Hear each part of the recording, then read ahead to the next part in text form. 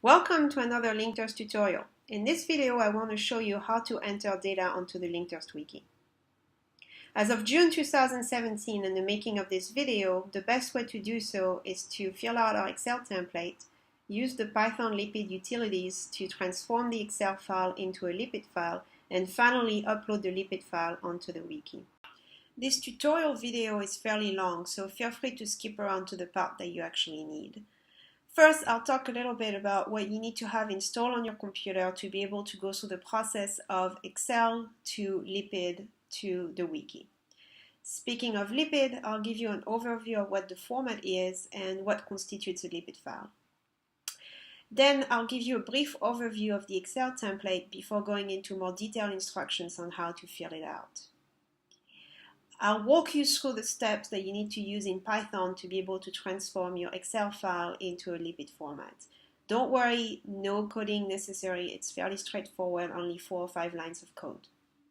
Finally, I'll show you how to upload your lipid file onto the wiki and how to use the wiki itself to edit some metadata.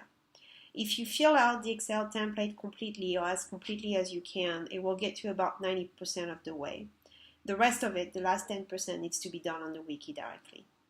So let's get started. Let's first talk about what you'll need to enter data on the LinkedEarth wiki.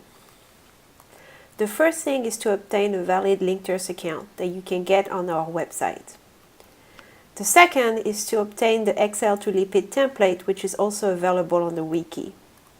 Finally, you need to have Python 3 or above installed on your computer with the lipid utilities installed. If you're familiar with pip, all you have to do is do pip install lipid. Let's talk a little bit about what is a lipid file and its various components. Lipid stands for linked paleo data. It is a universally readable data container that organizes paleoclimate data and metadata in a uniform way. It provides the backbone of the LinkedEarth edifice. Lipid is closely aligned with the ontology. Therefore, changes in one are mirrored in the other. There are 6 possible components to a lipid dataset. The first one is the root metadata, which describes metadata that applies to the whole dataset. That includes the name of the dataset, as well as the investigator who conducted the study. Second component are the geographic metadata, which describe the site location, including the site name and coordinates. The publication metadata include the title of the publication, the journal in which it was published, and the year it's been published. The funding metadata gives information about how the research that produced the dataset was funded, including the name of the funding agency, the grant number, and the PIs on the grant. The data themselves are contained into 2 different tables. The first one, the paleo data, contains all the measured and inferred paleo-environmental data, essentially all the measurements and data from the study that were not used to infer age. Examples of such data and metadata include the names of the variables, their values, how they were interpreted and or calibrated. The cron data essentially mirrors the paleo data and contains all the information relevant for age. The Excel template will help you fill out the relevant information for each of these 6 components. Let's talk a little bit about what should go into a lipid file. This is a trickier question than it appears at first. You can consider 2 extremes. On the one hand, every little data table could have its own lipid file. On the other hand, we could try and squeeze all the paleo data generated thus far into one giant lipid file. So where is the happy medium? There are 2 ways to think about this. The first one is to think about the study level, in which all data and metadata that are part of the same study should be placed in the same lipid file. There are exceptions to this rule of thumb, however. For instance, if the study involves 2 physical samples in drastically different locations, then each physical sample and associated data and metadata should be placed in separate lipid files. In other words, if the data from each specific physical sample can be reused on their own in another study, then each should be placed in its own lipid file. The second way to think about this is at the signal level, in which all the paleo data recording the same environmental signal should be placed in the same lipid file. Again, there are some exceptions. such as studies done at the same site by different groups at very different points in time. Follow-up studies where one investigator goes back to the same site to expand the dataset, for instance having a longer core or higher resolution sampling, probably warrant a new lipid file, unless the results don't lead to any science, in which case they might qualify more as a replication study and be included as a separate data table in the same lipid file. Here are some examples of data that should be in the same lipid file and in different lipid files. In the same lipid file, cores coming from the same lake. Similarly, speleotherm from the same cave and marine sediment from the same hole or location, such as the use of multi-core and piston core to lengthen the records. Cores from the same head. In essence, any samples used in a composite. On the other hand, these should be placed in different lipid files. Speleotherm from different caves in different monsoon regimes. Marine sediment core with different oceanographic regime. So for instance, a study comparing the Western Tropical Pacific with the Eastern Tropical Pacific should end up in two lipid files if there is one core from the Western Pacific whirlpool and the other one from the Eastern Pacific. Cores from different islands that can be used in a composite for El Niño, for instance, should also be placed in a different lipid file. There are no hard and fast rules, and feedback is mostly welcome on this. Finally, what constitutes a measurement table? Simply put, one table per physical sample. So if a study uses two speleotherms, the measurements for each sample should be reported in two different tables. When in doubt, a good rule of thumb is to ask, how is the data going to be reused? For instance, if radiocarbon chronologies for different cores are meant to be independent of each other, then each physical sample should get their own measurement table. On the other hand, if a composite depth is used, then the measurements for each physical sample can be placed in the same table. Now that we know what a lipid file is and what should go in it, let's get familiar with the Excel to lipid template. The Excel template is accessible from the main page of the wiki. Right-click on the file to download it. Once a local copy is saved on your computer, rename the file to be consistent with the dataset name. The dataset name is the site name, the first author, the year the dataset was generated. Let's start with some general instructions on how to fill this template. This template contains 6 tabs: About, Guidelines, Metadata, Paleo 1 Measurement Table 1, Cron 1 Measurement Table 1, and List. Let's go through them one by one. The About tab contains general information about LinkedEarth and lipid, and where you can find help with this template. The Guidelines tab aims to provide general information on how to use this template. More detailed instructions are available on the wiki and in this video. The Metadata tab contains information regarding the route, publication, geographic, and funding metadata that forms 4 of the components of a lipid file.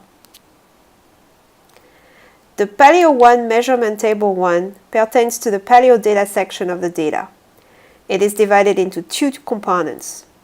The bottom one is for the data itself, whereas the top one is for the metadata associated with each column, in other words, variables in the dataset. The Cron 1 Measurement Table 1 tab looks exactly like the Paleo 1 Measurement Table 1, except it should be filled out with data pertaining to age information. Finally, the List tab contains information related to the LinkedEarth ontology and shouldn't be edited. Some general rules to follow. There should be only one metadata sheet per dataset.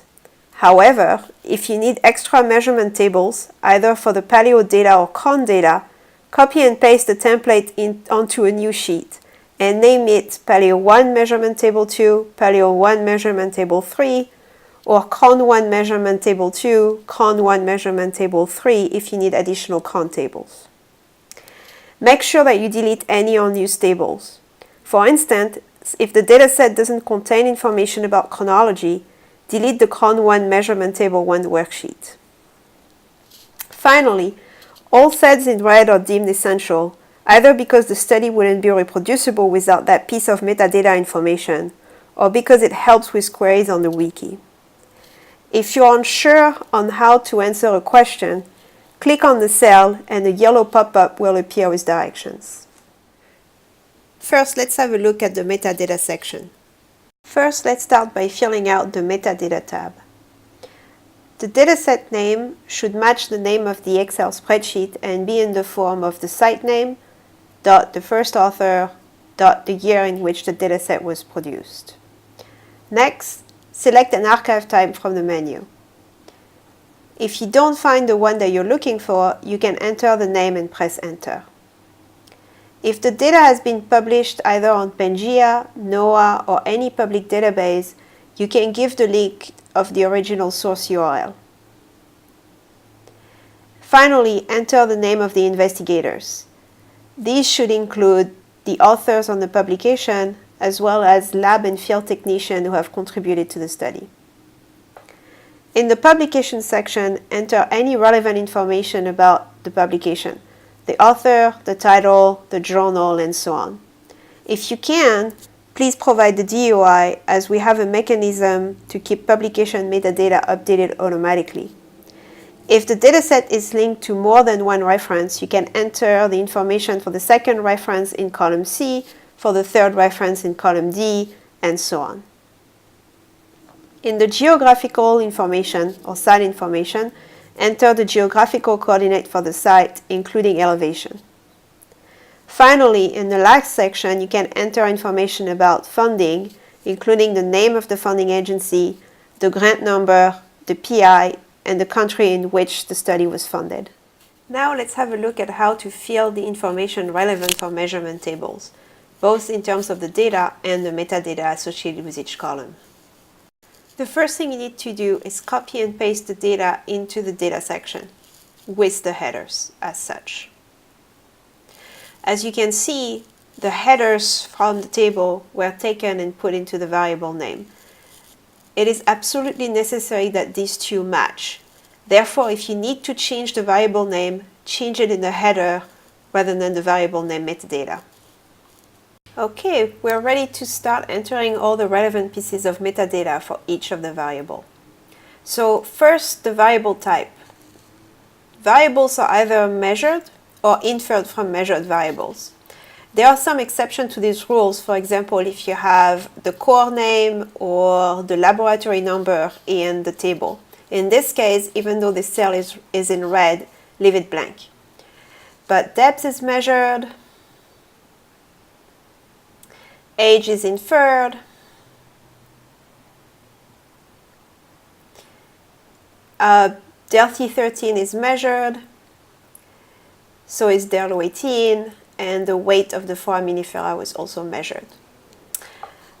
Units, those were in centimeters.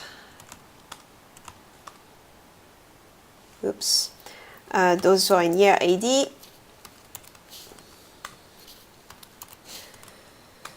Per mil.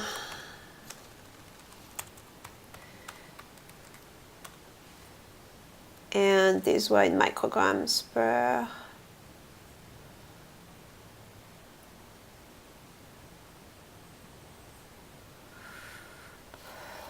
There we go. The proxy observation type is essentially the type of observation that were made. So you can see that the name is P/Delta 13. So there is actually 3 pieces of information in there. The first 2 refers to the sensor, both genus and species, whereas the last one refers to the actual type of measurement that we've made, which in this case is delta 13. For a human, it's easy to look at the variable name and kind of understand all those pieces of information. However, for a computer to be able to search, so for the wiki to be able to do those queries, what we need is basically put those pieces of information in various categories so that we can search on them. So this is exactly what the proxy observation type and the invert variable type is doing. It's actually just giving that piece of information. So essentially, if you have a measured variable, it should have a proxy observation type. The only exception to this is actually depth. And if you have a measured variable, it should have an inferred variable, sorry, it should have an inferred variable type. So as I said, depth doesn't really have proxy observation type. It's kind of a special category on its own. Age is an inferred variable, so you can look for the list that we've already compiled and try to find the closest match. The reason you want to try to find the closest match is we're trying to standardize those names.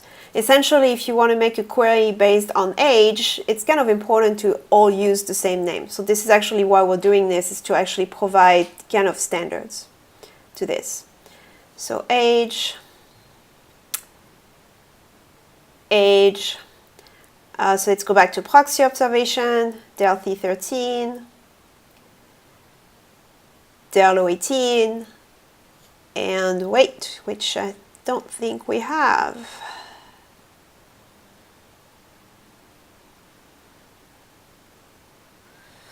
No, we don't. So in this case, I'm actually going to create the property myself. And if I press enter, it's going to actually thank me for creating a new terms for the LinkedEarth ontology. Here we go. So the next thing you want to do is relate the variable to the depth. So here I have 3 depths, so I'm going to relate it to the mid depth for each one of these.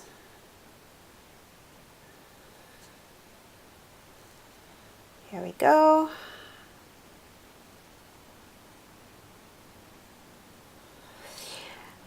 This column, inferred from, essentially allows you to link the inferred variable to its measured variable. So the only inferred variable we have in this data set is inferred, is age, sorry. And if we had the C14 data in that table, then I could actually relate it to it. Here we don't have anything, so I'm going to leave it blank and show you how it works on the con data table for this. So let's make our life a little bit easier. I'm going to freeze the first column so we can see what we're doing. If you have any notes about the variable, the notes could be anything like do not use this data, or old data, or something like this. Basically any notes that's not actually method. We have a special category on the wiki for that. So then you can actually say something about the interpretation. So you have 1, 2, 3, 4, 5, 6 categories, 7, 8. The variable, detail, rank, basis, is it local or not, the direction of the interpretation, the scope, and the seasonality. So depth should not have any interpretation, but everything else can. You can actually have an interpretation on an inferred or a measured variable. On an inferred variable, it doesn't make a lot of sense. You're going to tell me to have the interpretation, but again, think about queries. And if I want to look at all the data set that have been interpreted as age, then even though I don't have a measured variable in my data set, the query would return this. So in this case of age, this is the variable. It turns out to be, the details is calendar age. The rank is 1. There is only one possible interpretation. The basis, this is if you want to give a code or a publication. I'm just going to leave it blank. Is it a local or far field? In this case, it's kind of far field, but it's not very important. Direction is positive. The scope, these are like 4 categories. You can add your own too. This is age, and there is no seasonality. So let me just copy this down. All right, Delphi 13 for this was actually used for habitat depth in this study. Not real detail. Rank is 1. Forgot the interpretation direction. And the scope is ecology. Derlo 18 actually had 2. The first one was temperature in the thermocline. The rank was 1. It's been a while since I've done this study. Direction is negative for temperature, and this is kind of an isotope interpretation. So in the case of Derlo 18, what you might want to do is give the second interpretation, which is the fact that it's also related to the Derlo 18 of seawater. So what you do is copy those cells to the to the end and create category 2 for interpretation as such.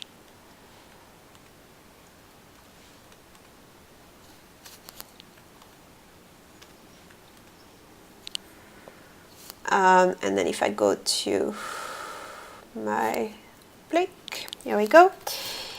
It's delta 18 of seawater. It's the thermocline. The rank is 2.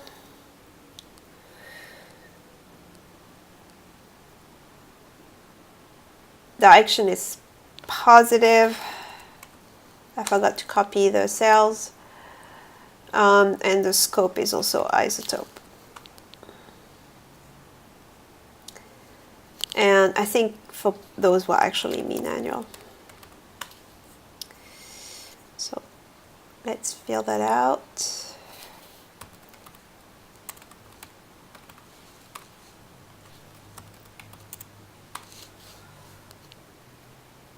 There we go. The weight wasn't interpreted. It was just extra information about making those measurements on single form. So I'm just going to leave it blank. Calibration equation, so you should only have calibration if you have inferred variables. If you have the actual equation, you can enter it here, something about the reference, the uncertainty, and so on. If you have a model, I'll show you how to do this on the wiki directly. You can provide information about the calibration uncertainty, both the number and the type. Again, if you have more information about it, I'll do this on the wiki. If you have an organic sensor, so for example, in this case, we're dealing with foraminifera, then you can put the genus and the sensor.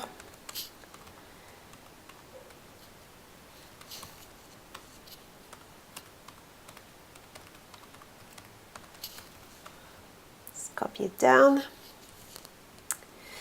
And here you can give some information about the physical sample. So this should only apply to measured variable because this is, you measure the variable on the physical sample. So in this case, the name is MD982177. Don't know if it had an IGSN. It's at Oregon State.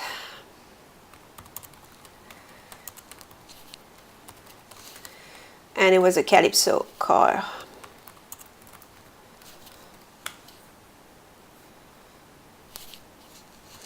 And then you can copy it down for all the measured variable that you have. And here we go. We're done entering the metadata for this dataset, or at least for the paleo side. So this is the cron data for the datasets. I filled it out already. I just want you to I want to show you just a couple of things.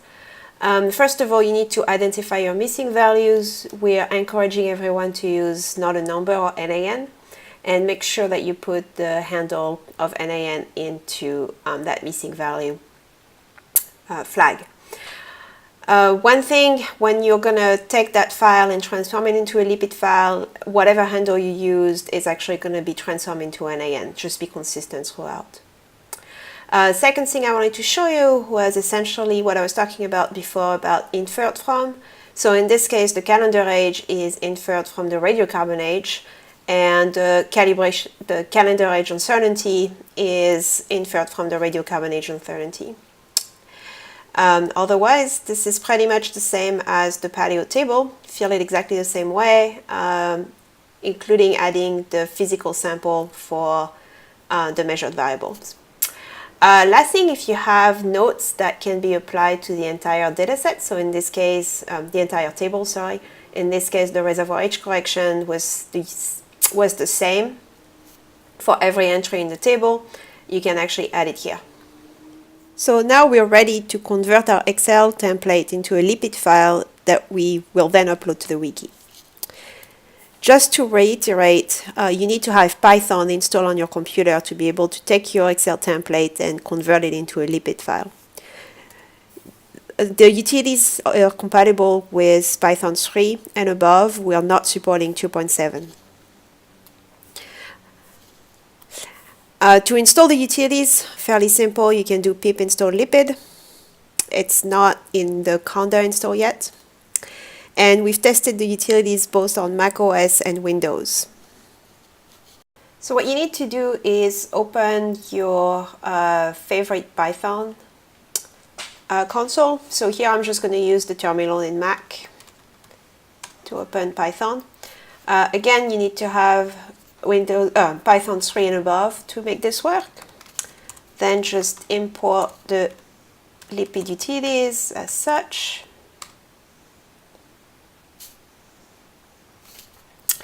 So the first thing you need to do is essentially tell the computer to read your Excel file. So this is the command to do this. If you have more than one Excel file, you can actually put an S and it will do every single Excel file into a directory. Here we only have one. If you know the path, and I just copied it before making this video, then you can just put it here. If you don't have a path, or if you don't know what it is, or you don't want to bother with it, if you just leave this blank with no arguments, then you'll be prompted to select your file. So it's telling you it read it. So then the next command is lipid.excel with no arguments, and that's actually what's going to transform it into a lipid file. A few things that happens when the transformation is being made. So not only are the tables essentially put into the CSV format and everything is put into the lipid format, but there's a few calculations that are being made at the same time. First of all, it calculates the minimum, maximum, mean, and average values for all the columns with numbers. The reason we're doing this is because the wiki is not reading the CSV file. And so if you want to search, let's say, I want all the data for the Holocene, you want basically the data with a mean age around 0 and a maximum age around 10,000 or something that takes that slice. So this is why we have all of that. The second piece of information that's being calculated automatically for you is the resolution of the data. And again, it's stored so that you can actually search for resolution on the wiki. So the last step, which actually you're being reminded here, is to use the validator. You might want to get a detailed report for that. If I can actually type. And so what it's telling me is that it failed. There is 2 errors because I'm missing units. This is in the cron measurement table, which means that I'm missing the units for the sample. And the TSID, these are actually unique identifier for the data. They're actually being generated. That's something we need to fix. So here we go. So now that we have our lipid file, we are ready to upload it to the wiki. If you're looking for the file, it is in the same directory as the Excel spreadsheet that you used. So welcome to the LinkedEarth wiki. To get there, just type wiki.link.earth as the address, and you should actually get on this main page. So to proceed, make sure that you have your lipid file ready as well as being logged into the wiki. Go to the left sidebar. Here you have quick links to pretty much everything on the wiki. And scroll down to the dataset category and then click on Managing Lipid Files. This should get you to this main page, special page. And all you have to do is essentially select the file that you just created. There we go. So here's the file that I just spent the past 25 minutes creating with you. And then submit it. So the upload process may take a while, and sometimes the page doesn't refresh. If that happens to you, just try to open the wiki in another window. So here we go. If you go back to the main page, and sorry, the wiki sometimes is being slow. That's nothing we can do about it. And if you scroll down, so first of all, the dataset should appear on that map. So it's right here. And it's also at the top of this table. It's organized by the last dataset that's been annotated. So you can click on it. You want to make sure that everything you've done so far is right. You can change things on the wiki. And also you can add information, things that were not available in the Excel spreadsheet, that you need to add essentially on the wiki. So the first thing is to actually give a dataset version. So the versioning system information is on the wiki. Essentially, when you just upload the dataset, the version is 0.0.0. The last number represents changes that you make that don't result in a publication, and most of the time it's going to be a typo or extra information that you got out of the paper that wasn't uploaded originally. The second one is any update to the dataset that changes the metadata and the data. The last one is, but not necessarily a publication. The last one are changes related to a publication. So let's go to the cron table first. Basically, well, actually, let's go back. Every time you're going to see a page on the wiki that's about a dataset, there's two things you should notice. It's that big table. The left column are basically what we call property in the ontology. So in this case, the property contributor are the people who contributed to the dataset, the investigator that I entered on the Excel spreadsheet.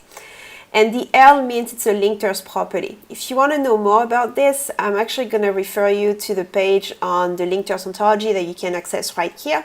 And it will give you more information about what it means to be a property, what it means to be a category, and what it means to have an L. So let's go back to my cron data. So again, now I have the cron data that is found in a measurement table. So this is how I access my measurement table. So this is the link to the CSV file that contains all the data.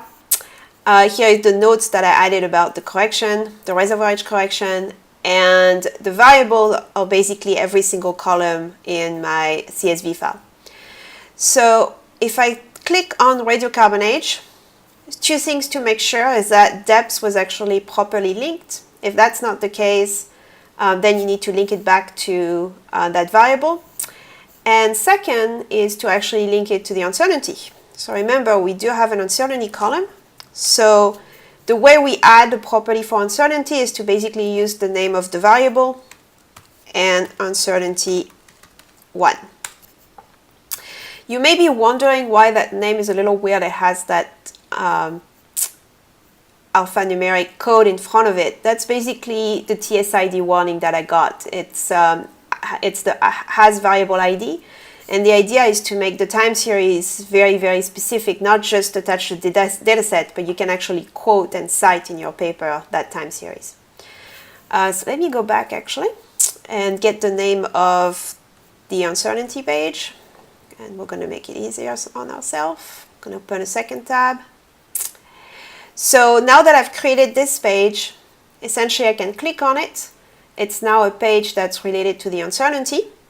And there's that property right here called reported in, where I can actually link to the column that contains the uncertainty. And in this case, the uncertainty level was 1 sigma. All right, so let me close this one. I can do the same thing for the calendar age. I can create the uncertainty.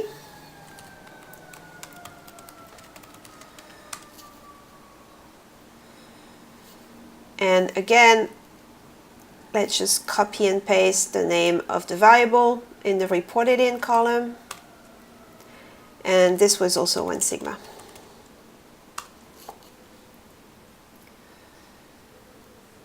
So let's go back to the calendar age because we're not quite done. So this is an inferred variable. This is actually what we set it at in the Excel spreadsheet. So it can be calibrated. And unlike the uncertainty, calibration doesn't need a number. The reason is you could have multiple uncertainties because it could have been estimated different ways, either by doing replicate measurements or doing bootstrapping, things like this. Calibration, there is going to be only one calibration. If you use a different calibration, then you're going to get a different set of numbers, so they're not the same, it's not the same values of the variable. And in the calibration, if you remember on the Excel spreadsheet, I had things about the reference and the equation, but here I have a property that's called has code, and I actually already put it into the notes, but I've been using calib. Things that you should see is when you start typing, you should be prompted to try to reuse properties that have been already set into the wiki. In this case, it was calib 6, so I don't have to recreate it. Here we go. So this is for our cron table. Everything looks good. If you're taking the data from Pangea, it's possible that each measurement table actually got its own DOI, so you can actually enter it here. So let me go back to where we started so that we can do the paleo side now. Again, just make sure that everything is entered correctly. So for example, let's go to age. And depth was actually properly interpreted, so we're good. Let's go back. Let's make sure that everything looks good. So one of the things that the wiki does automatically is to try to guess what the proxy system is. So we're using the definition of Evans et al. 2013, where a proxy system basically has an archive. In this case, it's a marine sediment. It has a sensor. Here, it's essentially the foraminifera P-oblique-loculata, and it has a proxy observation, which we entered in the Excel spreadsheet as being DELC13.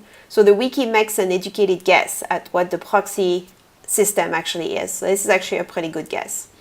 If you click on this, then it actually gives you something, it gives you more information about which type of archive, type of observation, type of sensor. I'm going to click on the sensor.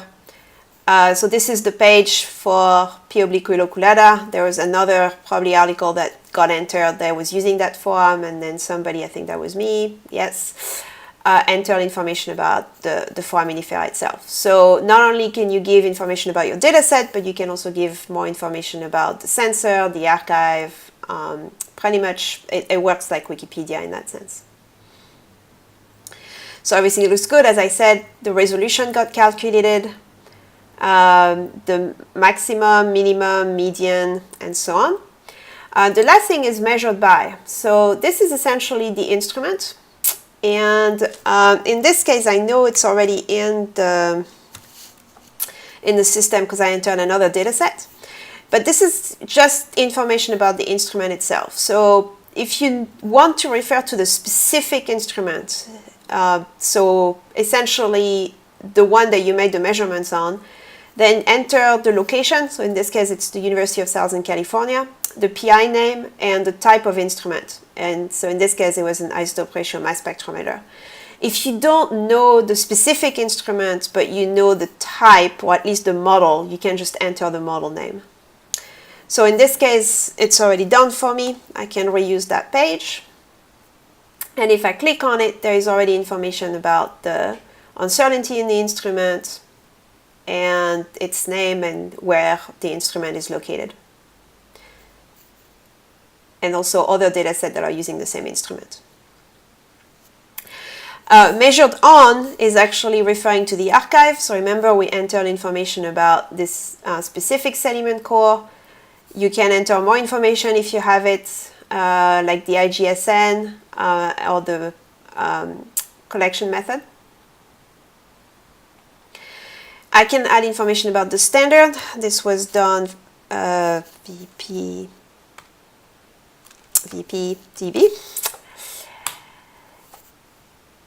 Or the method if you have it. So I would have to go back to the notes on this, but essentially the size fraction or any like cleaning methodology, things like this. The uncertainty, if your uncertainty is different from the instrument uncertainty. So in this case, I can't really give you the uncertainty on the measurement themselves because they were individual forms. So it would be the same as the instrument uncertainty. So we're done with DELC13. Let's see how DELO18 worked out. So again, it made a guess on the proxy system.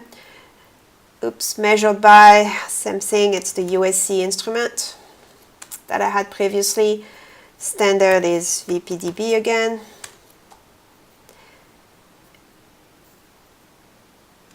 Let's go back. Just like check weight. So I don't know the name of the scale on top of my head. I would have to look it up, but I could actually add that specific scale that measured the weight of the forms. As you can see, we created essentially that new proxy observation type, so it has a red link. So if I click on it, I basically need to create the page for it.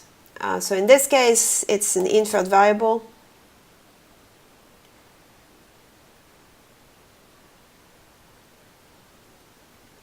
There we go. And I can actually edit and excuse me, and define what I mean by weight.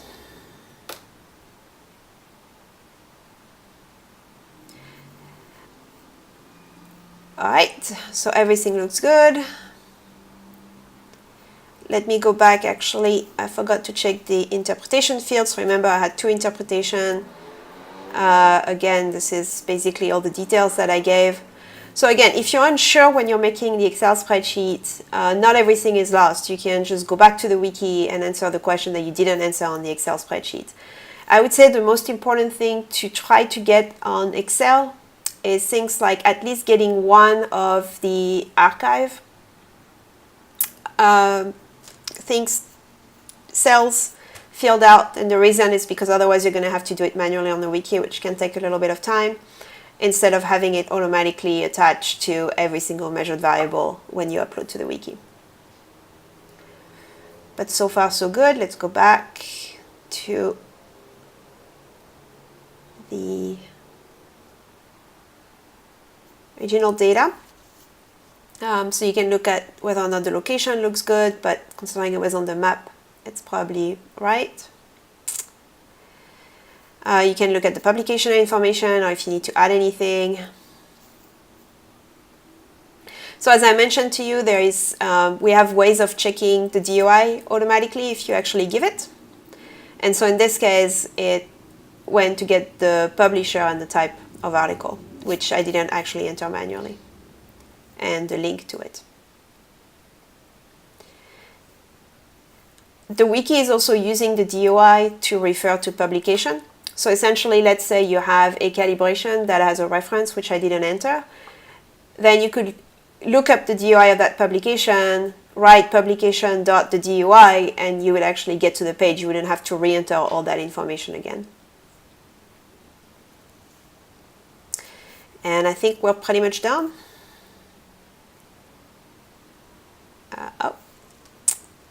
So again, if you need to change this kind of thing, this is on the wiki. So you can change the name of the person, especially if you know that person should be on the wiki.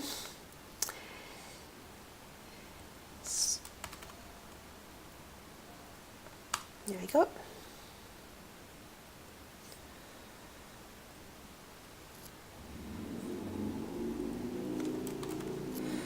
Again, you're being prompted if you just enter the first few letters.